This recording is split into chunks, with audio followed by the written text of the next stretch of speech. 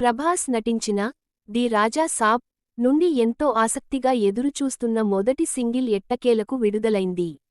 మొదటి సింగిల్ పేరు రెబెల్ సాబ్.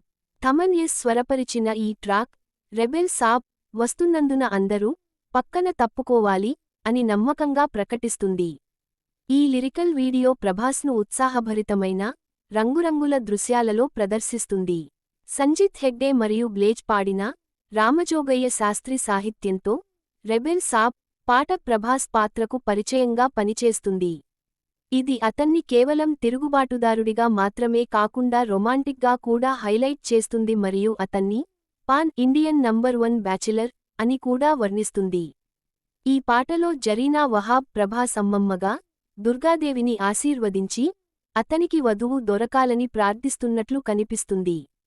చాలా కాలం తర్వాత ప్రభాస్ గ్రూప్ డ్యాన్సర్లు మరియు పండుగ సెట్లతో పూర్తి స్థాయి మాస్ నంబర్లో కనిపిస్తాడు.